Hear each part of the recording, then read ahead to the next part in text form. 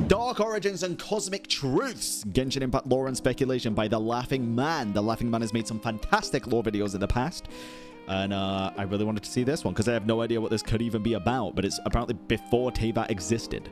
So this video contains spoilers for version 5.1. Oh dear God. Let's take a look at this one. 5.1 gave us a lot to think about and confirmed a few things we already suspected, like the Seelie being the divine envoys or angels of the primordial one, and Renova being the shade of death. But I think it explains a Not gonna cap, really didn't see it coming about the Seelies, thought it would be something darker than angels. lot more than it seems on the surface, specifically about the nature of Genshin's universe and the Traveler's homeworld that was destroyed by the Abyss. The primordial one is referred to as a descender that invaded and took control of Teyvat from the dragons. So it seems they came from another. Why does Electro Traveler have power similar to the Archon? Okay, so I'm about to blow your mind. From the information that we have in the game so far, it actually makes a lot more sense that the Traveler doesn't have abilities that mimic the Archons, but abilities that mimic the dragons or dragon sovereigns, which is very cool. Too. In the Wings of Delicacies, there's a story set in an interstellar travel hub that seems to be a KFC in space. The first visitor was a deity Hold up, let me go back. and took control of Teyvat from the dragons, so it seems they came from another planet too. In the Wings of Delicacies, there's a story set in an interstellar travel hub that seems to be a KFC in space. Nice. The first visitor was a deity mourning the loss of her world and the history of its people. We learn this deity was a construct of artificial intelligence created to optimize resource allocation on a planetary level. The Colonel suggests that there's still something she can do for them, and she agrees before leaving. Okay. The second visitor was a demon that had destroyed many worlds and orders a huge amount of food. It licks its lips, which is described like this. This act of licking was more akin to a snake licking its tongue. Okay. Out of context? Okay. It was the demon's way of sensing its surroundings, describing what I think is the black serpent of the abyss. Then after it leaves, we skip to the 30th customer, which seems to be Alice. From this story, we can see similarities between the primordial one and the AI, as when it arrived, it took control of Teyvat's resources in the form of the elemental authorities and parts of the light realm in order to create the human realm. It then introduced humanity to Teyvat, which, if it was in charge of planetary resources and survived its home planet's destruction, may have carried human DNA as a last resort for humanity to carry on somewhere else in the universe. The AI speaks of her affection for the life of her former planet, and the primordial one is said to love humans above all else. So I think it created a replica of their old world on Teyvat, as we can see in Before Sun and Moon. The primordial one and one of its shades created the birds of the air, the beasts of the earth, and the fish of the sea.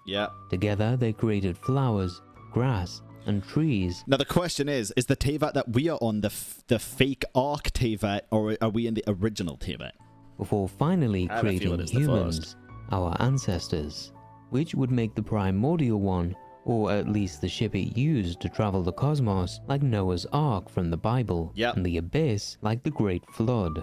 And I also think it makes a lot of sense that Teyvat that we are currently in is the Ark, because you gotta think, there's a couple of different things that make me believe that it is, right?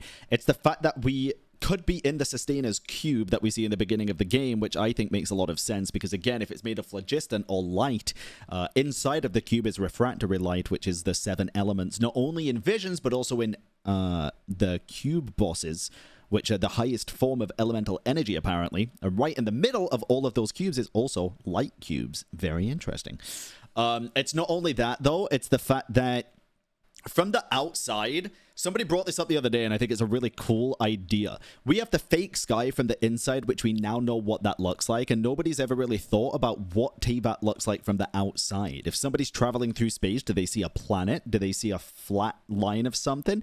Or do they see nothing? Because I think they see nothing. And the reason that is because, again, of what somebody said the other day, the loading screen for Genshin Impact is us where the Sustainer, it looked like she put us into the cube. And the door leads to nowhere. It is blank on the other side. It is just the same. The fake sky is literally just invisible on the other side as if nothing is there. And I think that is because the Ark is to be protected in a sense. They're obviously protecting all the people here. And in the original story of Noah's Ark, he brings the animals on 2x2, right? What is a very common theme in Genshin Impact with us, the travelers, the siblings, and also all of the Archons having some kind of twin form. 2x2. Interesting.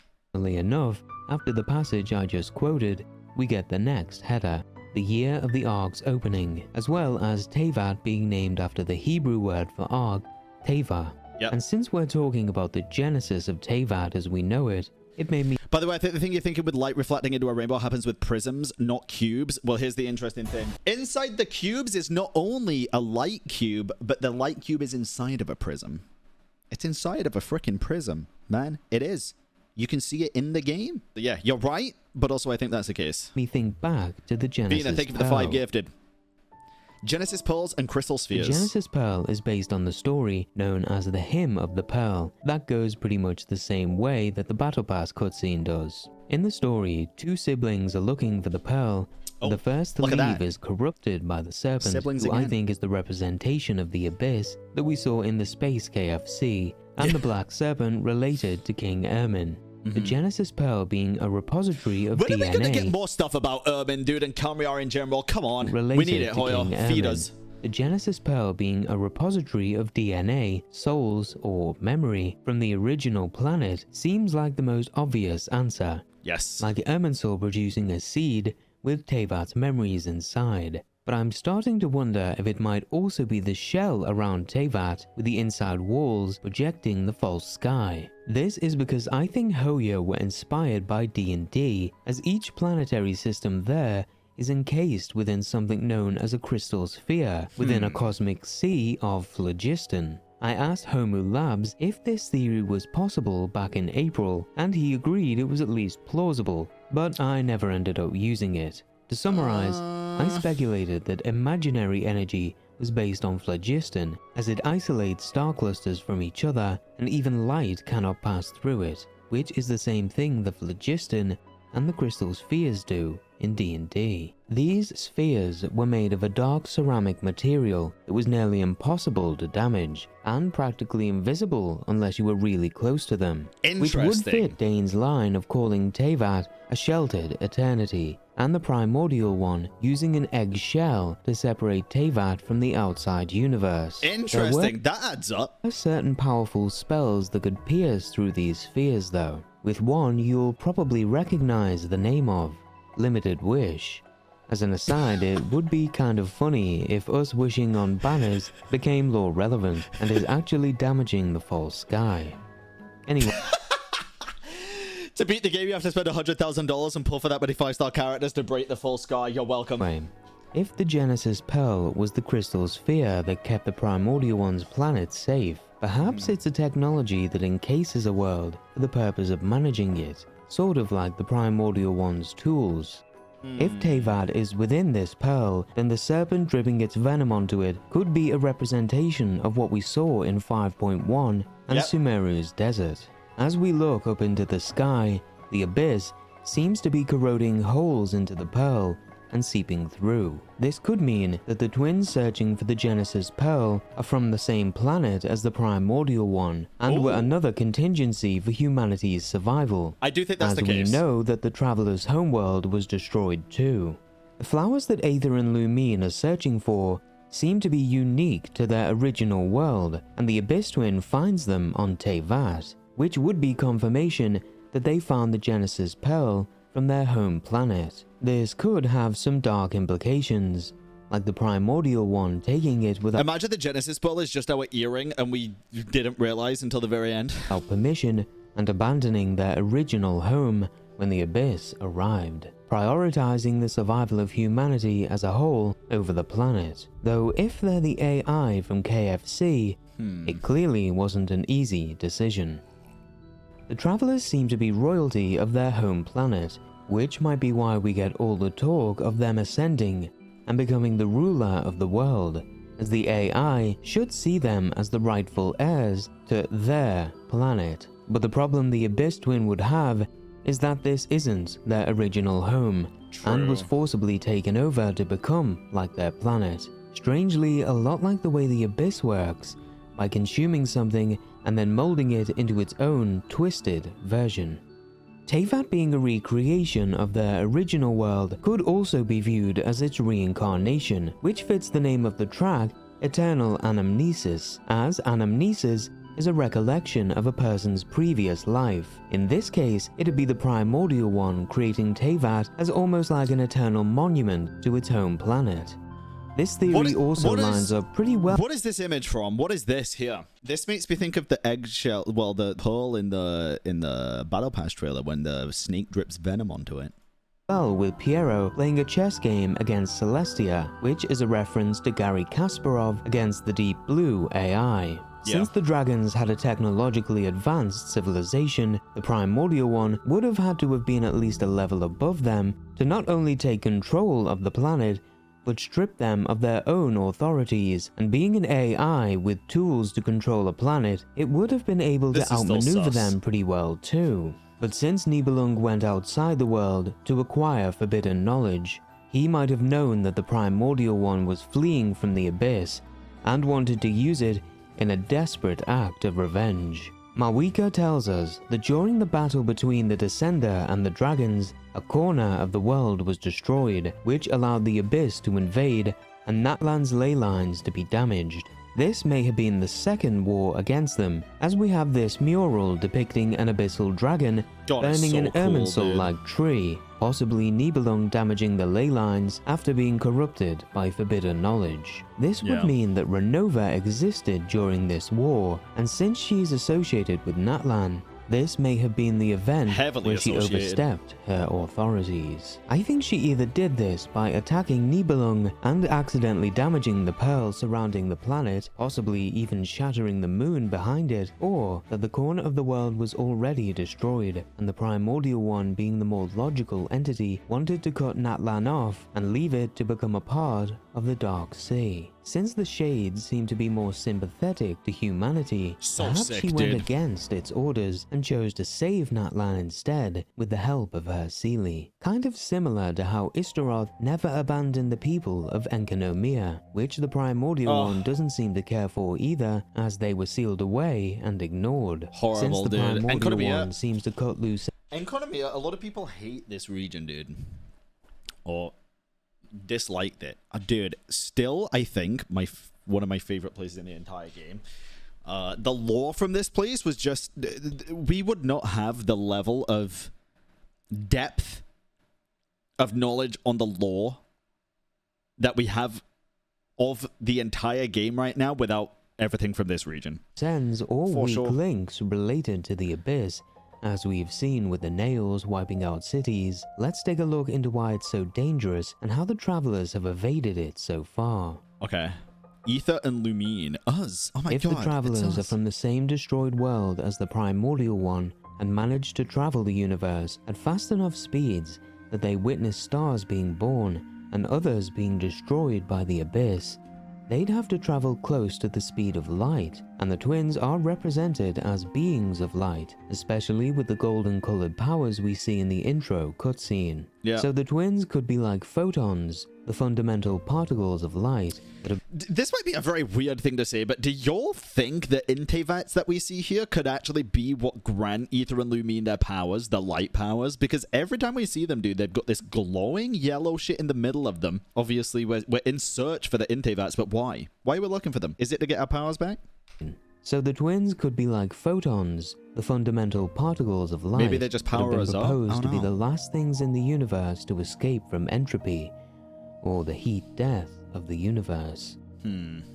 It's predicted that the universe will take on a red hue known as redshift during this heat death, hitting what we can see of the real universe outside. The track Photon of Fluctuation is the traveler's main theme, as they're associated with light, and the fluctuation is their effect on the world, able to change fate with their intervention. This explains why the leitmotif of this track Goddamn, dude. is present in every nation so far, as it represents us integrating into the melody and changing it. The travelers apparently arrived at Teyvat about 500 years ago. Yep. But the earliest mention of the abyss there was when Nibelung brought forbidden knowledge with him thousands of years before. So the abyss has had thousands of years in order to set a trap for them, as they're probably one of the greatest threats against it, and if it absorbs the knowledge from civilizations it's consumed, it likely knows that Teyvat is the place they're searching for.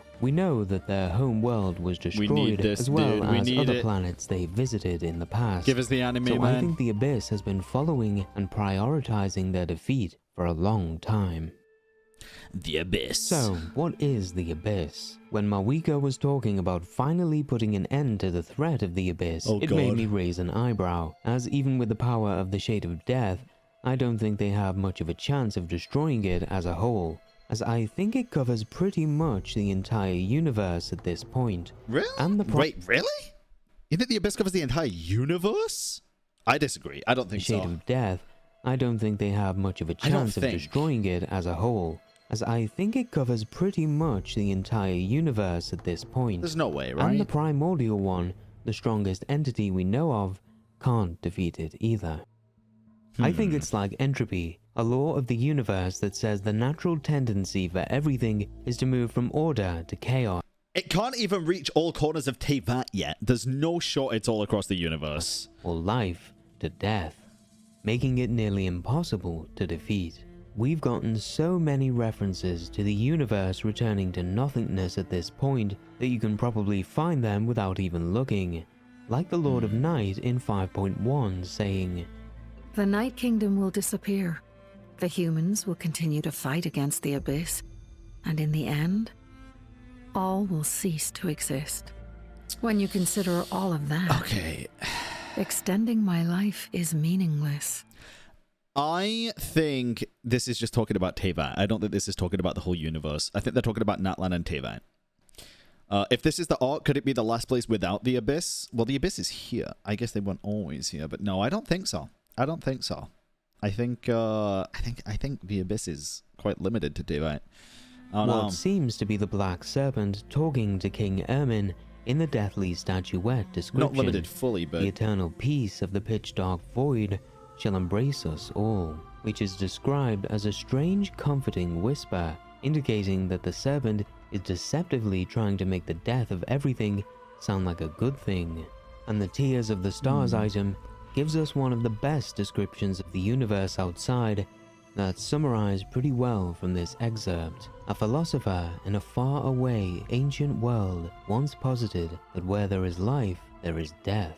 Naturally, Interesting. where there is death, there is life. Of If course. not, then the fleeting light cannot resist the eternal darkness, and all withers into nothingness at the end of time. The rules among the stars dictate that nature must be conserved, but the laws of the universe have never been conserved. In a sealed box, destruction always overpowers new life. Millennia upon millennia of prosperity are but an instant in the span of billions of years. The greatest of achievements, the proudest accomplishments, in time all will tarnish, decay, Tarnish, dissipate, and foul ultimately tarnished. fade into oblivion. Okay. So we might be able to remove the abyss from the Night Kingdom, but we're not going to be arriving at Snezhnaya with the threat of the abyss gone. In fact, it will probably get even more aggressive if it loses the foothold it had within the Night Kingdom, and that anger might be directed towards the Traveler. The Traveler's death! Dun, dun, dun. If the abyss views the Traveler, By the way, I still wholeheartedly believe that the Traveler will die at some point in this story in Natlan and be resurrected once we get our ancient name. 100% I think that's going to happen. as its main threat, I think they might die at the end of Natlan's Archon quests. Yep. Sitlali says, Behind Interesting. Somebody asked earlier as well if the flowers in the middle of Lumine's head also glow, and yes, they do. at the end of Natlan's Archon quests. Sitlali says, behind they're this yellow, pitch black they're not necessarily curtain, glow. a chapter of hatred reveals itself. Behind the smoke, the lingering smoke. Warning, warning. Red. Red, the color of danger, has now arisen within that pair of eyes. So I'm sitting This there, fits barbecue sauce on my titties. Katari, thank you for the prime sub. with the descriptions Thank you, of a thank you. scarlet-eyed hero from Natlan's history that may have been an avatar of Xbalanque, as Yep. he came from the kingdom where water flowed as rays of light, referencing the Night Kingdom. After completing his duty, he returned to the sacred flames, which sounds a lot like Xbalanque's soul returning to the primal fire he's entombed with. I wonder if this has anything to do with Wanjiru telling Mawika that she's heard that the knowledge inherited from the sacred flame can change someone's personality. This might be the case of Xbalanque's will overpowering anyone that doesn't have a will as strong as his to ensure Maybe, that they're honestly. able to face their fear of death in order to save Natlan, as if they can't, countless people will die in their place. So I think we can assume that the red eyes will appear when the person has inherited the powers of the sacred flame. Since Mawika already has, we can rule her out of Sitlali's predictions, which leaves us with two main candidates, the Traveler and Capitano. Capitano We says don't know what Capitano is planning to do, but we learn that he's at least partly inspired by the book, The General in His Labyrinth, which talks about Simon Bolivar, the first president of Colombia, the president of Peru, and of Bolivia. He became sick with tuberculosis and gradually lost the support of his people, forcing him to resign from his positions. But the book is incredibly controversial, as it depicts him as very weak and waiting for death. This is very interesting. So you're telling me maybe the Harbingers are going to make him resign and he becomes a good guy and playable and we get to pull him and play as him forever? Controversial, as it depicts him as very This has already weak been the bit that is and weak. waiting for death, when he was once known as the Great Liberator and pride of his people. This points towards Capitano waiting for his death too, so I wonder if he made a deal with Renova, removed the Abyss from the... When was this uploaded? 4 hours ago. Interesting. Well, we already kind of know that something happened with him and Renova from the end of the Archon quest, and also that he's kind of waiting for his death pretty much because of the curse, right? Like he is dying, waiting for deteriorating. death, when he was once known as the Great Liberator and pride of his people. This points towards Capitano waiting for his death too, so I wonder if he made a deal with Renova, Think so. remove the Abyss from the Night Kingdom, and have the curse of immortality lifted. Since he has a final enemy to face and tells Mawika he won't make the mistake of believing in false hope again, I think this final enemy is one of the sinners that he personally blames for his family and friends dying. Really? If I had to say which, I'd say Serta Logi, as he's associated with fire and is known as an extreme evil knight in some translations, the opposite of Capitano having ice powers and being all about justice. It'd probably make him even... I disagree with that. I don't think it'd be about one of the sinners. I feel like we'd get a little bit more foreshadowing if it was anything to do with the sinners. I feel like the final enemy Capitano's talking about is not Mawika, because I don't think he actually sees her as an enemy. The only things that I could imagine possibly for Capitano's final enemy would be Renova, or then somebody from Camriar. Because of what he said previously. I also don't think Dane. I don't think Dane. He said that he knows of Dane, but I don't think so. You think Capitano 100% dies instead of Mawika? I think not, to be honest. I think Mawika's too proud for that. And I think Capitano has more to accomplish. I also think if you'll think like Capitano winning a fight with Mawika to get Archon HUD and dying in her place would make good story, I will have to vehemently disagree with you. Personally, it's a personal choice here, but I feel like it's such a cop-out for an Archon death, for a Harbinger to take over the Archon HUD just to die for her. I think it's terrible, personally.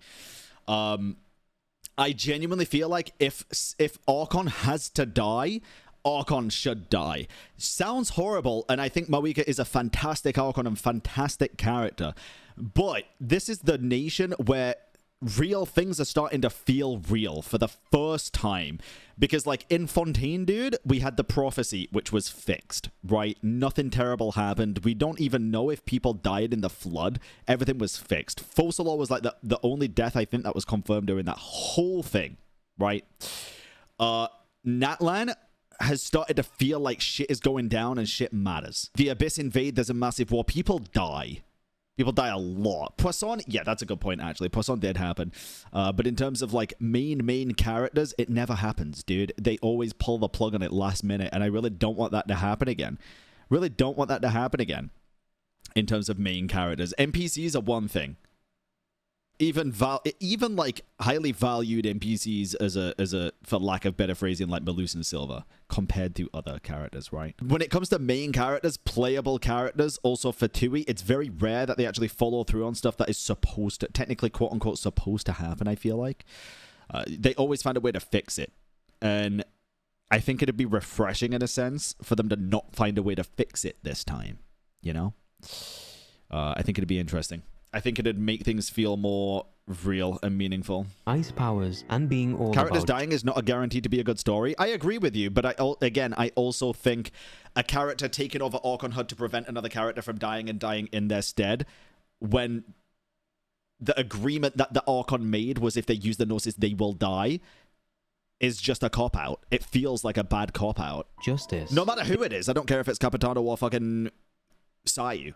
It'd probably make him even more amazing in Child's eyes, too. But whether Sertology is going to show up or not, I go back and forth on. The event is big enough for a sinner still allied with the Abyss to appear, and since the Abyss seemed to have some form of intelligence behind it during the war, there's likely a representative being guiding it. Though again, that could be Gusoithoth, which is based on Lovecraft's outer god, Yog-Sothoth. Capitano might also know more than he's letting on, as True, if I you think noticed, he saves Shalonen's life twice. I think it's because he knows that the Traveler needs her to create their ancient name, and the Traveler is their best asset to fight against the Abyss. Ah, you know what? I never actually thought about that. I never actually thought about why Capitano was so hell-bent on saving specifically Jalonen every time. God damn. Yeah, I never thought about that. That makes a lot of sense. Captain's very smart, dude. Very smart. Because he's a gentleman? No. No. I think it is literally, like you say, because they need Jalonen for the ancient name stuff. Interesting. Interesting. It'll still need to be done well. Just dying doesn't make it good writing, you know? Yeah, I never said that once. I fully agree with you. I don't know where the fuck that came from. I thought he was simping? Nah, dude, nah. He's smart, dude. He's smart. His life twice. I think it's because he knows that the Traveler needs her to create their ancient name, and the Traveler is their best asset to fight against the Abyss. If the Traveler gets their pyro abilities in this part of the story, perhaps the red eyes are relating to them inheriting the sacred flame. Why it's dangerous may be that it could kill them, especially if they also use the powers of the Shade of Death, as the price for that is death. Though Capitano's constellation seems to be the three nails, and he does have some similarities to Jesus, I think the Traveler has too, with them being the inheritors of the world and Jesus being described in the Bible as, his eyes are like blazing fire, and on his head are many crowns. He has a name written on him that no one knows but he himself, which would fit with the Traveler gaining pyro abilities. In games like these, having a playable character actually die when you can still run around with them takes most of the immersion away. That might just be how I feel, but a scenario like that is, to me, much worse than them not killing important characters. Do you feel like it takes the immersion away in that case when, for example, you're running around with Zhao in Inazuma? Or like if you're doing Yoimiya's quest and you're running around as Yoimiya and Yoimiya's right in front of you and stuff like that? Because I think there's 10 times worse things than killing a playable character and allowing you to still play as them. Personally. In terms of immersion, that is. But like, if I'm playing as a character and I run around and see the same character, that's like a immersion shocker for me.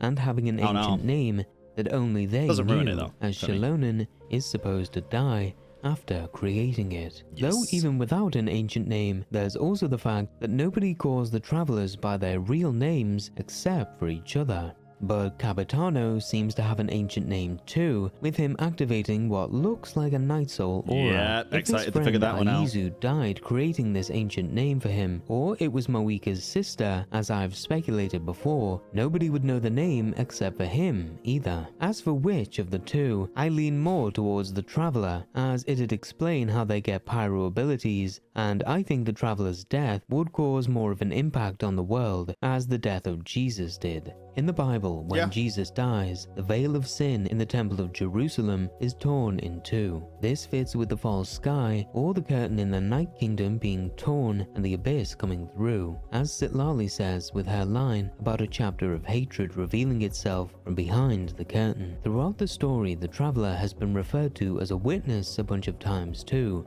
first by Zhongli and then by a list of others. The two witnesses in the Bible are killed by the beast that comes out of the pit, but after 3 days, the breath of life from God enters them and they stand on their feet, terrifying everyone around. Then a loud voice from heaven says, "Come up here," and they go to heaven in a cloud, while an earthquake takes out 7,000 people and a tenth of the city below. This might be when we finally get to see Celestia up close for ourselves. We are only a few versions away if Snezhnaya is version 6, Conria is version 7, and Celestia is our final destination in the Teyvat chapter. It does feel that way. Thinking, what would the chapter after Teyvat be? If we find a way of finally defeating the Abyss on a planetary scale, maybe we go to the Traveler's homeworld to revive it, as even though it was destroyed, I don't think that necessarily means that the planet exploded or anything.